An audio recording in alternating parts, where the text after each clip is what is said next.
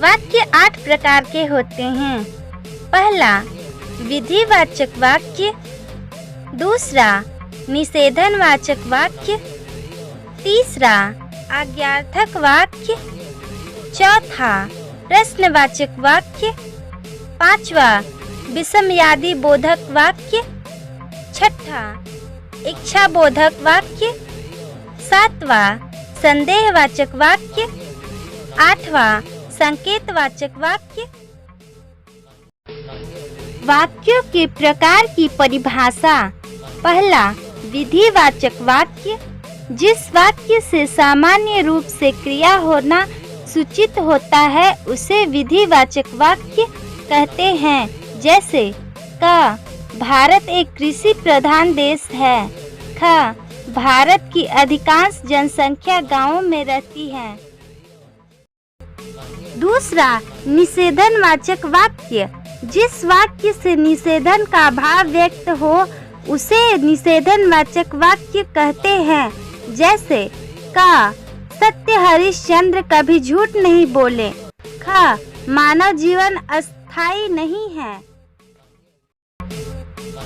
तीसरा, आज्ञार्थक वाक्य।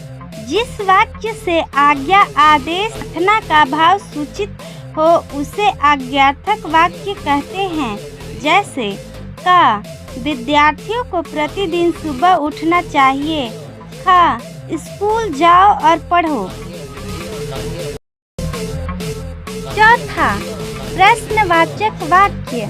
जिस वाक्य से प्रश्न का बोध हो उसे प्रश्नवाचक वाक्य कहते हैं। जैसे क, क्या प्रजा का असंतोष राजनीतिक का अभिशाप है। ख, क्या मानव जीवन का क्षण भंगुर है। पांचवा, विषमयादि बोधक वाक्य।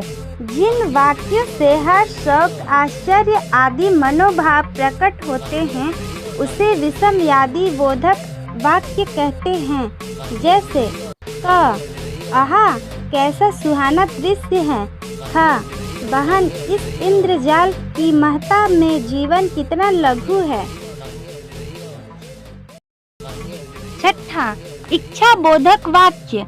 जिस वाक्य से इच्छा या शुभकामना प्रकट हो उसे इच्छा बोधक वाक्य कहते हैं। जैसे क, भगवान तुम्हें दीर्घ आयु करें। ख, ईश्वर सबका भला करे। सातवां, संदेहवाचक वाक्य। जिस वाक्य से संदेह या संभावना का भाव सूचित हो उसे संदेहवाचक या संदेहार्थक वाक्य कहते हैं। जैसे क, शायद आज वह आ जाए। ख, उसने पुस्तक पढ़ ली होगी। आठवां, संकेतवाचक वाक्य। जिन वाक्यों से शर्त या संकेत का बोध हो उन्हें संकेतवाचक वाक्य कहते हैं। जैसे क, यदि वर्षा होती तो अच्छी फसल होती। ख, तुम परीक्षा देते तो अवश्य सफल होते।